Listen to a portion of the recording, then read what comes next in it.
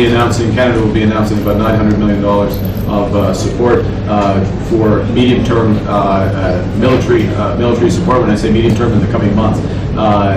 Here it goes again. It's time for you to crouch down, take that head of yours, put it between your legs, reach as far back as you can, and kiss that pretty behind goodbye, because it's about to get destroyed yet again by Mark Carney and his Ukrainian obsession. But why is Canada turning into the central bank of Ukraine? Well, you won't believe it when I tell you the truth that CBC won't ever publicly acknowledge. But this isn't the only shady deal happening. From questionable Senate appointments to the Condo Bailout Ethics Committee uncovering bombshell revelations, it's all so corrupted. More than you could ever fathom. My name is Eli Daniel, and this is The Right Call. Like, share, subscribe, hype this video. Any interaction on this channel helps push the truth out, and maybe someday help break that CBC-induced coma that so many Canadians are under. And if you haven't already, smash that subscribe button, because if you like the truth, you found the right place. Yes, so that's why I said that. Okay, I'm sorry, I missed it. Me too, I'd be smiling like Zelensky is smiling if I was just offered another $900 million of Canadian taxpayer money for absolutely nothing in return. This brings the total to $25.5 billion of Canadian taxpayer money having been lost to Ukraine. Yes, lost. This is not an investment. This is not paying dividends for Canadians. This is lost, purely lost, on the altar of, well, I'll show you real quick. But first, I had a follower from Australia reach out to me on Instagram to let me know that, hey, it's not just Canada helping Ukraine. Australia is helping Ukraine as well. So I looked into it. Wow, shocking. This is actually horrible for Canada. So Australia, which is a very similar nation in terms of culture, economy, population size, military capability, has sent only $1.7 billion to Ukraine. That's 12 times less than Canada has. Really makes you wonder, why is Canada turning into Ukraine's piggy bank? Oh, right. It's because Carney needs to get the Zaporozhye nuclear power plant back under Ukrainian control. No, I'm not making this up. See, this is a list of various portfolio companies that are owned by the Brookfield Global Transition Fund 1. Now, Brookfield, through Westinghouse and Cameco, have the exclusive contract for parts and uranium for the Zaporozhye nuclear power plant, which is, by the way, the largest nuclear power plant in Europe. This is billions upon billions of dollars of contract. This also directly affects the profit of the Brookfield Global Transition Fund 1. Now, the issue is that the Zaporozhye nuclear plant fell in the hands of the Russians. As you can see, it is now being operated by Rosatom, a state-owned Russian company. As soon as Russia took it over, they transferred the management, the ownership, and the control of it to their own state-owned nuclear corporation, robbing Brookfield through Westinghouse and Cameco of those sweet, sweet billions of dollars of contracts. So Canadian taxpayers are being used as a cash cow in order to try to safeguard, to protect, and to reclaim Carney's personal investment. Sounds totally reasonable, right? Of course, they won't tell you that on CBC, but leave it to CTV instead to really emphasize the important issues that Canada faces. That's right. Instead of talking about the $900 million of more taxpayer bailout being sent to Ukraine, CTV decided to put front and center on their homepage this article. Petition calls on federal government to end funding for official opposition leaders' Ottawa residence. Disregard the fact that this petition has only received 15,000 signatures, which is so inconsequential and insignificant it does not even warrant a news article, let alone a front page of a massive media like CTV. But I guess receiving $600 million a year from the Liberal government makes you do certain things sometimes. Odd that this is being reported less than 24 hours after Canada announced that new $900 million to Ukraine. This gives major vibes of, look over here, definitely not over there. And this is a prime example of one of the many ways that the mainstream media shields the Liberals and controls the narrative and the minds of Canadians in order to get them not to ask questions, to stay in the dark, to be uneducated, and overall just to become zealots of whatever the leading ruling party desires. Because Canada's open tap policy for cash being sent abroad cannot stop. So instead, let's deflect and put the focus on, the only person that's actually trying to hold the government accountable, the leader of the official opposition. But anyways, on today's episode of Carney Got Out of Bed, will he decide to love or hate the United States? Part of the point I made to President Trump when we spoke a few days ago is that it's not just he's winning the argument, he's won the argument. Countries recognize that they need to take more responsibility, see the direct threats. So Carney is in Turkey right now for the NATO summit, and he decided to give a little bit of praise to Donald Trump. Says that Trump won on NATO defense spending, and that Carney now supposedly supports the newfound strikes in Iran. This comes after Donald Trump announced the following. I don't want to deal with them anymore. They're scum. You know what scum is? They're scum. They're sick people. They're led by sick people. And they're vicious, violent people. And if they had a nuclear weapon, they'd use it. As far as I'm concerned, it's over. I'll speak to our negotiators. They want to negotiate. They're good people. Steve Witkoff, Jared Kushner. But they have to come back to me. As far as I'm concerned, it's just a waste of time dealing with them. They're liars. We make a deal. And if I make a deal with him, we have a deal. And he goes out, he talks. We make a deal. Everyone's agreed. No nuclear weapon. We make a deal. They go outside, talk to the press. They say, we never even talked about it. There's something wrong with them. They're cuckoo. As far as I'm concerned, it's over. So I guess war is back on the menu again for the summer boys. Iran apparently violated the MOU, the ceasefire agreement, by attacking 3 ships in the Strait of Hormuz, which prompted, well, President Trump to give the world a little piece of his mind. That's one thing. Again, love Trump, hate Trump. I do like the way he communicates. It's very direct to the point. It's not as, it's not politically correct. People ask me, why don't you run for office? Why don't you go into politics? Because Canadians hate people that are not politically correct. Canadians need someone who is white glove wearing and careful in the words he uses, whereas I am the complete opposite, so I would be unelectable. But who knows? Never say never. Anyways, oil prices are way too low. We need to kick them up a notch, so let's go back to war, apparently. Pump those prices higher. Obviously, I'm being sarcastic now. And clearly, Trump is not scared to start the conflicts once again. But don't worry, because our Minister of Defense in Canada has our back against our biggest threats and enemies. No, I'm not talking about China or India. Those are allowed to infiltrate Canada. 0.1, 1.2% to 2%, and Canada aims to get to 5%. Yes. Can you just say, do you think that the Canadian public is aware of the degree of sacrifice that it's going to have to make to achieve that kind of expenditure on defence? And where is that money going to come from? What has to be given up to get to 5%? I think the Canadian people realize that there's been a lot of change. I think they realize that our geography no longer protects us as a matter of course. I think they saw through this recent war in Iran, that Iran, for example, deployed a missile which traveled over 5,000 kilometers, having announced to the world for 2.5 decades that they had no such capacity, that they only had a missile that could travel 2,000, maybe 2,500 kilometers. The Canadian people know that the threat landscape has changed. The Canadian people understand that there are foreign interference activities going on. Yes, the foreign interference activity is China. CSIS has warned us, but your government does nothing about it. But no, instead, let's worry about Iranian missiles that can launch 5,000 kilometers. You're the Minister of Defense. You should know that Canada is like 15,000 kilometers away. We're not at risk from Iran, at least not from their missiles. From something else, maybe. I'll mention that in a sec. They understand that we need to make these investments. Do they understand where the money is going to come from? Do you yourselves understand? Yes, we do. We're growing our economy.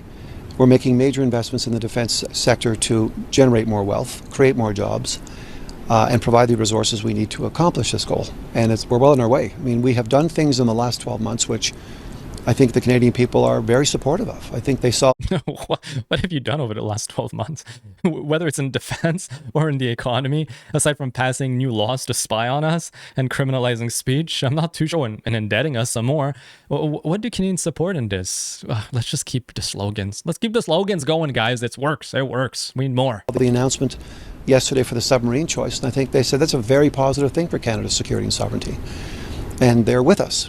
I travel this country from coast to coast to coast, and I hear from them, please keep moving forward. Please keep us safe. Please keep us secure and sovereign. Oh yeah, no, our enemy is not China or India. It's Russia and Iran now, apparently, that are threats to our country. But yet we allow IRGC members to enter Canada nilly-willy with no restraints. But, let's not focus on that fact. No, instead, just let Canadians know that they're going to need to live in poverty in order for us to protect ourselves. Canada has the largest coastline of any nation in the world, and we've had a laughably underfunded and inadequate navy for decades now. We currently have 4 submarines that we bought used from the United Kingdom after they were already obsolete for the UK, and we bought them. Now, one of them even caught fire as it was being towed from the UK to Canada, which is hilarious. And right now we only have 2 submarines that are in operation. Well, Canada finally chose its new supplier for 12 new submarines, a $24 billion initial contract, which balloons to over $100 billion over the next few decades for maintenance and repairs and whatnot. And this becomes Canada's largest military procurement deal in our entire history. And you know what? I'm glad we're investing in our Navy. It is sorely needed. What I'm not glad is the way in which it's being done and the rhetoric that is being used to get it done. Because in a more dangerous and divided world, Canada... This is turning into the Prime Minister's land acknowledgement. Instead of acknowledging the land he stands on, rather he has to acknowledge every single speech that we live in a more dangerous and divided world. Again, ask yourself, why does he do this? This is purely an emotional play. This is purely emotional manipulation. This is what psychopaths do, by the way, when they try to control you. But you'll see why I say this. Must do more to defend ourselves, to secure our sovereignty, to support our allies. And today, we're building on that foundation in a way that makes us stronger, makes us more independent, more prosperous. The assumptions that had shaped decades of Canadian defense and foreign policy have been upended. Put another way, history is back with a vengeance. We face numerous and growing threats, from incursions in our Arctic to attacks in our cyberspace. The nature of warfare is changing rapidly, driven by a proliferation of drones, autonomous systems, hypersonic missiles, to name a few. The world's changed, Canada must change with it. Nowhere is that more evident than on our seas and in our Arctic. Our Arctic is becoming integral to the security of North America and to the security of NATO's western flank. Our frozen seas are increasingly open, bringing new threats and opportunities. Commercial vessels can increasingly transit our waters, shortening the journeys between continents, connecting us to the world's largest markets. Canada's allies are relying on our resources, including critical minerals, to secure their supply chains. So again, this is all emotional rhetoric in order to get you to not look at what just happened with the procurement contract. So there was 2 companies bidding and vying for this massive contract. And we chose Germany's TKMS over South Korea's domestic company, which I can't pronounce, so I won't mention it. But let's compare the 2 contracts, the 2 deals. So for the German company, it turns into a $100 billion contract for those 12 submarines.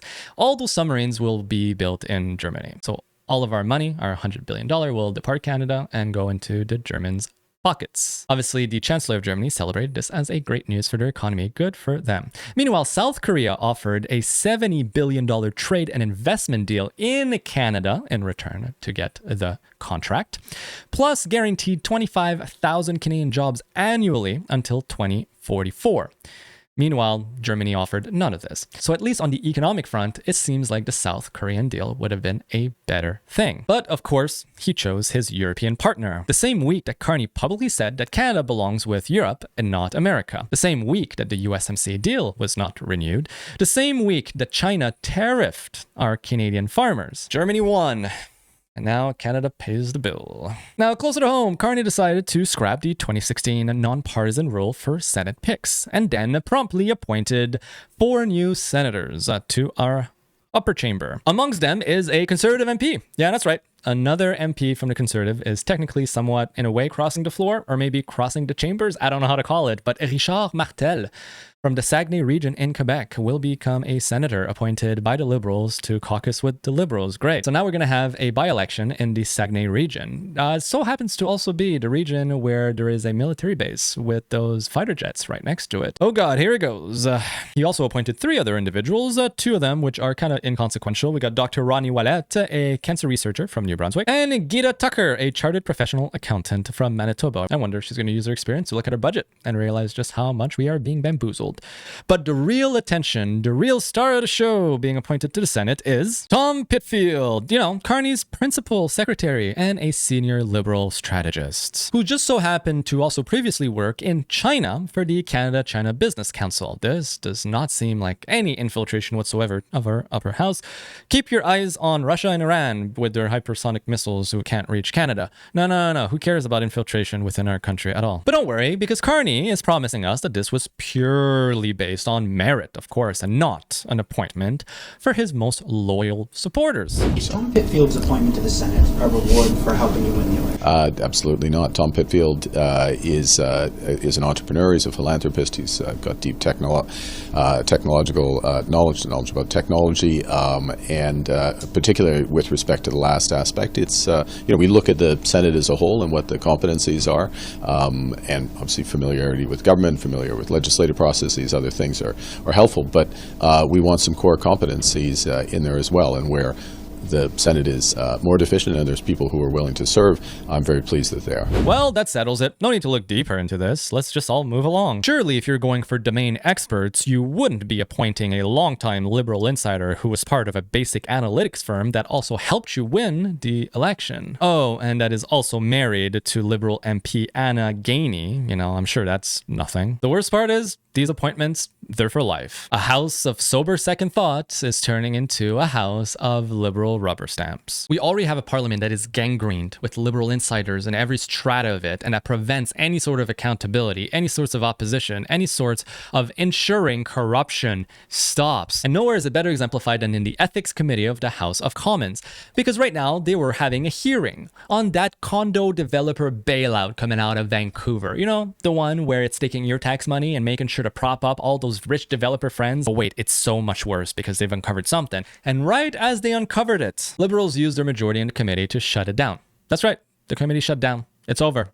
We cannot look into the conflicts of interest and the corruption. Yes, corruption, because the Liberals are preventing it from happening. But during the very small session of the Ethics Committee, before it was shut down, Conservative MP Aaron Gunn called out the Liberals' $1.45 billion BC condo developer bailout for exactly what it is. As one of the millennial members of Parliament, I also have to point out how insane the generational inequity of this policy truly is. Handing out huge sums of money to developers who have made billions over the past 20 years, paid for with tax dollars by those who are still trying to enter the housing market for the very first time. It is yet another generational transfer of wealth that creates no new units of housing while rewarding those who built and priced condos that nobody could afford. It's not only bad economic policy, it's unethical, it's immoral, and it's wrong. And he is correct. This isn't about helping young Canadians afford homes. It's about protecting the connected developers and their political friends. And the Liberals shut down any real investigation before it could even get started. Free market capitalism would dictate to let these condos developer fail and let them sell at the price that the market dictates. We've had upwards price discovery in Canada now for over a decade, with the housing market booming. Well, now it's time to let the natural cycle continue its course and let downwards price discovery happen. Any asset, any investment carries risks, and it's not up to the government to de-risk it. It's fundamentally anti-capitalistic to privatize profits but socialize losses. But it gets even worse, because Brookfield partnered with Concert Properties 15 days before Carney announced a condo bailout in Vancouver. And as was expected, Concert Properties is one of the developers receiving a portion of the billions in bailout cash. June 3rd, Brookfield becomes co-owner with $1 million for Concert Property, 8 industrial properties. And so we might wonder if there's a link there, because just to be clear, the co-ownership is not for condos with Concert Property. So Brookfield, Concert Property, a $1 million deal. They're working together on a project. But Concert Property has projects in the region, including 50 in Burnaby. 50 condo buildings in Burnaby. So we're stretching and we're looking into things, but I think that Canadians have a right to know what's going on. For Brookfield, 15 days before the announcement, they are becoming co-owners of this condo company with thousands of condos that haven't been sold. And then all of a sudden, there's announcements in cities and sectors that would interest Brookfield and in which Brookfield has made investments. Should we investigate? Yes. It's the goal of our committee to do so. At this point, this isn't a conflict of interest anymore. It's purely embezzlement. And hell, it's not even polarizing. Even the NDP agrees. And hell, it's not even a polarizing point. Even the NDP agrees. We're so far down the liberal corruption train now that all the parties, even the far left parties of Canada, are turning against the Liberals. Make no mistake, this latest announcement of the condo conversion is massive bailout for developers, even though the Prime Minister wants to pass it off as affordable housing. No one is buying it. And the truth is, the Prime Minister betrayed himself when he admitted as much at the announcement, where he said developers, quote, are stuck and they do not want to sell at a loss, but they also can't afford to hold the empty units indefinitely. He sounds like a board member from Brookfield Asset Management rather than a prime minister when he uses his inside voice out loud. Damn, we're entering the twilight zone when Jenny Kwan, an MP from the NDP, says such a burning rebuke. Heck, she even brought up Brookfield, see? It ain't a conspiracy theory. It's very true. But see, common sense can happen. Not in Canada, at least not right now, but if we look down south to our American neighbors, common sense is prevailing. This with as much respect as I can. There's nobody in the Senate that can lecture me on immigration. This is not a political issue. I've lived it my whole life. This is not immigration. 3.3 million people released into the country. 5,000 to 10,000 people a day illegally arriving in the country. That's not immigration. If you've enjoyed this report and would like to find a way to get involved, aside from liking, sharing, hyping, commenting, subbing to the channel, if you'd like to take a step further and help financially, I have a Patreon and a PayPal link down in the description. Everything helps allow me to spend more time to do this for you. If you haven't seen last episode, I break down how the Liberals want to start jailing you for posting things online. As long as it's considered misinformation that makes the government look bad, it is really troubling, so click right here. But for the time being, my name is Ali Daniel. I'll see you next time, and I'll put the end of Marco Rubio's speech to play for those interested. It is tremendous, and what an analogy he puts. God, I wish Canada did things like that. Immigration is a good thing. Mass migration is a bad thing. And that's what this is. This is a mass migration, and it's not good for anyone. It's not even good for the migrants, many of whom are raped and killed along the way. It's good for the traffickers. It's good for the enemies of this country, but it's not good for the migrants. This is mass migration. And it reminds people, say, well, if you're against this and you want to be strict about immigration, that's anti-immigrant, which is silly, at least if they say it to me. But I remember, I'm not anti-rain. I think rain is a good thing. I think we need rain, right? I'm anti-flood. I'm not against the rain, I'm against flooding. Does being against flooding make you anti-rain? No. And being against mass migration does not make you anti-immigration, because mass migration is not immigration. And beyond the issues of sovereignty and common sense and the costs involved, beyond all of that, do we really think that you can release 600,000 people with either criminal convictions or pending criminal charges into the country and nothing's going to happen?